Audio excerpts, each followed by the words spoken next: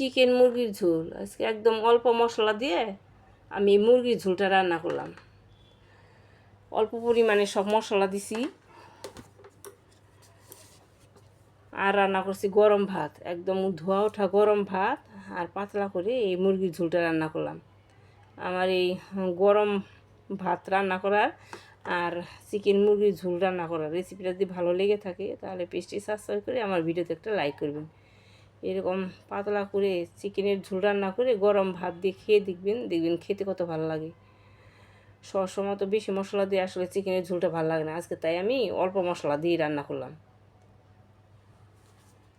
ধোয়া ওঠা গরম ভাত আর এই চিকেনের ঝোল খেয়ে দেখবেন, গরম গরম ধোয়া ওঠা, দেখবেন খেতে ভালো লাগে।